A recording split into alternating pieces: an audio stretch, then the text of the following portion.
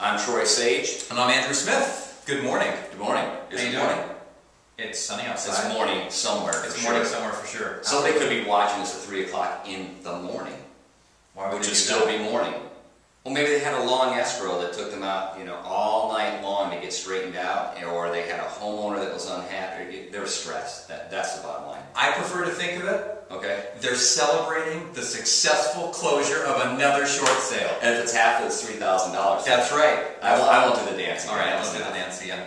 All right, so today we thought we'd go into a little bit on what is the difference between a foreclosure and a short sale. Many of the people that we come across don't know that there is a difference, or say, why would I do a short sale? Why wouldn't I just let the house go back to the bank? Are there any benefits to a homeowner to doing a short sale over a foreclosure? Well, there's a lot of benefits, and what I've heard other agents say is that a short sale is like breaking your arm, and they put a cast on your arm, and it will heal, and you'll get to move on and use that arm again. But a foreclosure is more like open heart surgery. Once you have open heart surgery, there's always something different. So anyone that's ever gone through open heart surgery, you understand what I'm talking about here. Is that once you have that huge type of operation, that very much the foreclosure does the same type of thing. It adds so many negative things to your credit. It takes longer to purchase a home. One of the things we were just talking about was the fact that lenders actually ask on the loan application is have you ever gone through foreclosure? And you mentioned that some of them say in the past 10 years or whatnot. Sometimes there's time frames on it, but sometimes there's not. But that's exactly right. They're going to ask a question. There's two questions. Have you ever filed bankruptcy? Have you ever been through a foreclosure? I have never seen the question, have you ever done a short sale? I haven't seen that either. Or I've never seen the time period either. I've never had it say, have you ever filed BK or gone through foreclosure since 2007 when the bubble burst up until now? It's not that detailed. They just want to know ever, and then if you have lots of explaining to do, Lucy. Exactly. Am I Lucy now? Well, you are Lucy. All right. It just came to me. Are you think Linus? it's Lucy. I'm Linus. All right. Well, you got your blue on. I'm not Ricky Ricardo, though. I can't do the bongos. Excellent. Yes, you can. I can. But anyways, where were we with All right, this? back onto that. With regards to that, on a credit report as well, it's actually going to say foreclosure. The F word. The F word. The big F bomb. The big, huge F bomb. Yeah, we don't want that there. Whereas if they've completed a short sale, that language is going to say, paid as agreed for less than the amount owed, or negotiated settlement, or something along those lines. Right.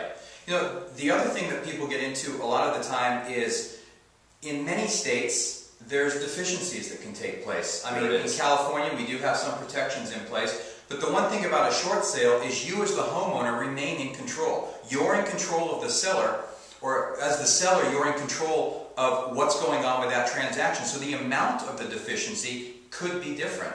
Correct. And in a foreclosure, there's no negotiating if there's deficiency or not. If you're in an area where there's deficiency, or your particular note is set up to where there is deficiency, which is the majority of notes. Correct. Which is why we have all these different rules and regulations and laws in place to protect some, but not all. In a foreclosure, you can't negotiate that deficiency. No. In a short sale, you have the ability to negotiate that. That's right, and many of the banks, such as Bank of America, for instance, they actually have a deficiency tool that their negotiators will use. So as part of that process, you can ask them to run the deficiency tool and have an idea before you approve or deny that sale on how things are going to come out. That's awesome news for everybody, because at that point in time on a short sale, if they can kind of get a vision of what's going to happen down the path on deficiency, that gives our seller or the homeowner an educated decision to make. That's right. Fair enough. So that's just a couple of things in regards to short sales and foreclosure and the differences. One thing that we didn't mention was security clearances. You want to touch on that? Yeah, security clearances are a big one, and it's one that's often misunderstood. If you take a person that's in default and a notice of default is filed, that is a matter of public record. Okay, so anybody can have access to that. With that in mind, people that are in distress and they're going through that, in many industries, that can affect somebody's security clearance. Now, the type of industries that are affected here is everyone, when you mention security clearances, they think like Navy SEALs. Well, and that's what I was thinking. Like, who's got a security clearance? I don't have a security clearance. And neither do I. Okay, so who would have a security clearance? Police officers. Police officers. Anyone that works in a financial type thing, like people that work in casinos. anyone that's dealing with a lot of money. Okay. Anyone that's dealing in those type of things, the employer can, the assumption can be there that if you're in trouble financially, you can be swayed. So if you go through a foreclosure, not only have you gone through the foreclosure, you could end up finding that you've lost security clearances as a result of that, which is then going to affect your employment.